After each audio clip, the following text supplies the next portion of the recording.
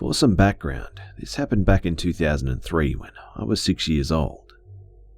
I'm from Michigan, and this experience takes place over the summer. In the area I live in, we have a community pool that everyone who lives in the community is welcome to use. A special event this pool throws is called a midnight swim. The whole point of this is that, in that day, the pool is open until 12 a.m.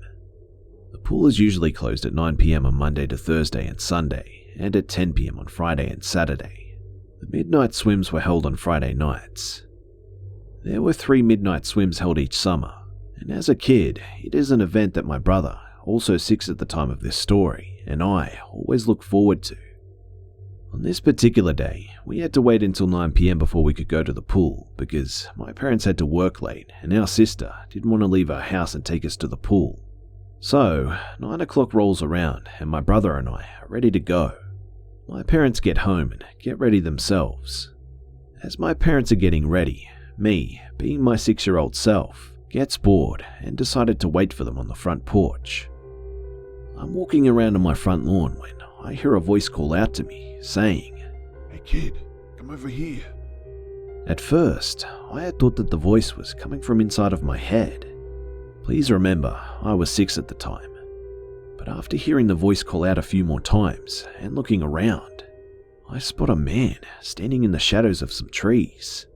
My parents had taught me not to talk to strangers, but I was standing right in front of my house and thought I would be safe. I asked the man what he wanted, and he said that he wanted to show me something. Realizing that there was something strange with how the man hadn't come out of the shadows, I had told the man no and was going back inside. The man didn't like this one bit. He scolded me for not listening to my elders and to do as he said. At this point, I was shocked. I didn't expect this man to yell at me, and stupidly, I decided not to go inside and stay on the porch instead. I told the man that I didn't know him, to which he replied that he was a friend of my parents and that they wouldn't mind me going over to talk to him. Luckily, it was at this point that my dad had walked out and asked me who I was talking to, but by the time I had pointed to the trees, the man was gone.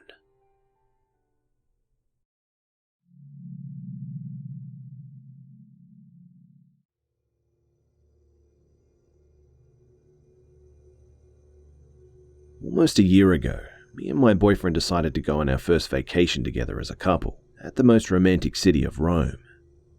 Our flight went by okay. We arrived at the city at about 8 p.m. The weather was perfect, warm with a nice cool breeze. The taxi we pre-ordered picked us up from the airport and we drove to the hotel we ordered online. The hotel wasn't like the pictures at all. The taxi pulled up next to a small building in a back alleyway with a big wooden door. We grabbed our suitcases and rang the doorbell. After waiting a few minutes, the door opened and we walked into a poorly lit corridor leading into a small patio which was dark for the most part. As you finish walking down the corridor, right before you walk into the patio, there was an elevator and a staircase on your left leading to the hotel rooms which were located on the 2nd floor. We got into the elevator and went up to the hotel room's floor and got our room key from the receptionist. 2 days went by okay, checking out churches, the Colosseum and some museums. It was about 2 p.m. on our 3rd day there, and the next attraction we picked up, also online, wasn't on our map. It was another church that was supposed to be a few minutes from where we were standing at the time, so we decided to walk. When we got there, the church seemed to be closed off. Just as I was planning to continue to the next attraction, my boyfriend called me from a narrow alley next to the church. "Hey, I found a way in." There were almost no people in this church. It looked abandoned on the outside, but highly maintained on the inside. There were shiny black marble floors and black marble statues everywhere. The place was creepy as it was poorly lit on the inside, and no light was coming from the outside. The smell was bad too. When we got closer to each statue, browsing the place, we got a really bad vibe. Like we shouldn't be there. Like something didn't want us there. I got closer to the Jesus statue to take a picture. We haven't seen black marble statues before in any of the churches we visited there. All the other churches were filled with white statues and were perfectly lit. And that's when my boyfriend called me, pointing at something white in the lower part of one of the black statues. Is that a skull? It was. The people who used to store their brain in those skulls were apparently very important Christians, I guess. I can't read Latin, so I'm just guessing. This was too creepy for us though, so we got out of there pretty fast, continuing our day in the sun and enjoying the beautiful weather in Rome. The rest of the day went by okay, and we got to sleep at around 12 a.m. I woke up at 3 a.m. from a nightmare and felt that the bed was cold and wet. I pulled the covers to see what the hell is wrong when I realized that the entire half of the bed where E was sleeping was soaking wet. E was visibly shaking, mumbling and sweating like crazy, even though it was pretty cool in the room. He never, ever did this before, so I thought that he had a fever. I checked his forehead. He was freezing, and he didn't wake up no matter how much I tried to wake him. He continued shaking and mumbling in his sleep, and I didn't know what the hell to do. I covered his side of the bed with a thin dry blanket, got on top of it, and pushed him to the side which was dry. I eventually managed to calm him down and stop him from shaking and mumbling, and we both slept okay until morning. In the morning, we both went to the dining room at the hotel and shared our experiences from the past night. I told E that I had a terrible nightmare about someone murdering my family in their sleep with a knife. E looked at me, baffled. When I asked what was wrong, he silently said that he had a nightmare that he was murdering a family with a knife. He felt like he couldn't wake up from this nightmare, like something trapped him inside the dream. We were both pretty freaked out by that point, but we tried to forget it and continue with our vacation and have fun. We managed to have a great day and pretty much forgot about it. In the evening, we went to grab a bite to eat at one of the local restaurants, had fun and laughed. After a romantic stroll at the Trevi Fountain, a beautiful, mostly crowded place in Rome, even at night, we decided to head back to our hotel. We got there by 2 a.m. maybe, and made our way through the corridor to get to the stairs. We walked all day long, and so I wanted to take the elevator. We both stood in front of it when I whispered in terror, "Baby?" What is it? I was pointing at the patio corner, 5 or 6 meters from the elevator. He looked at the direction I was pointing, swallowing. You can see that too, right? I stared at the shadowed corner, terrified as hell. There stood a big, humanoid-shaped creature, wearing a long pointy black cloak, looking straight at us. We stood there frozen, too scared to even breathe. The whole thing took maybe 2 minutes. We didn't even realize that the elevator door was opened. We rushed into it, hitting the button to our floor so hard that we were sure we were going to break it.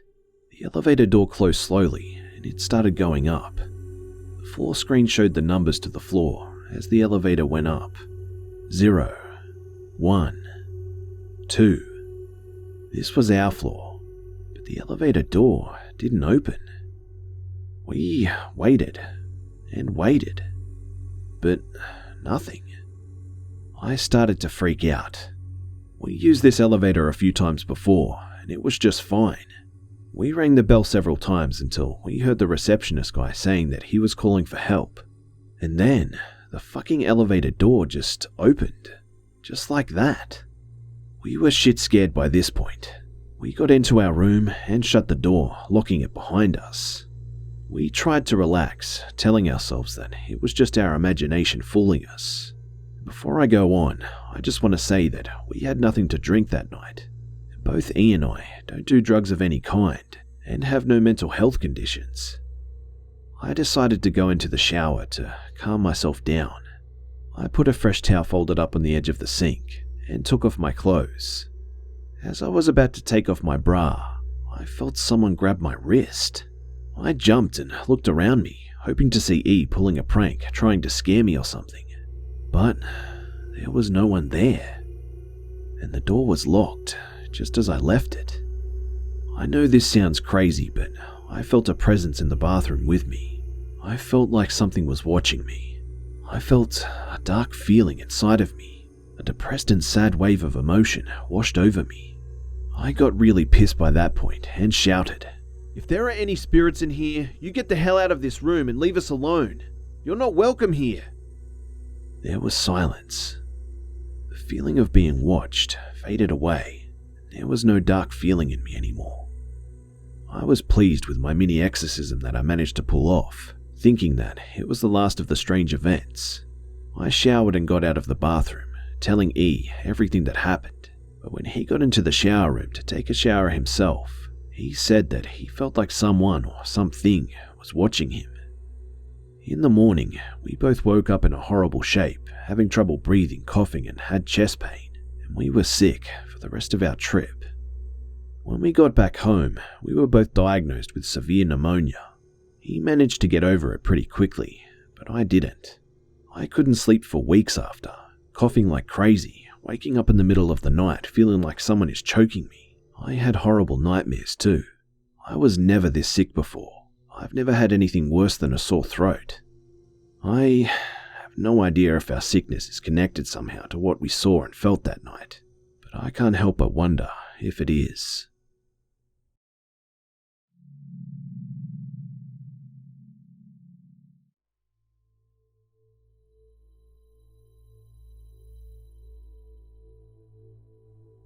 I'll try not to make this too long, but there are just so many experiences that I could share that scared me shitless.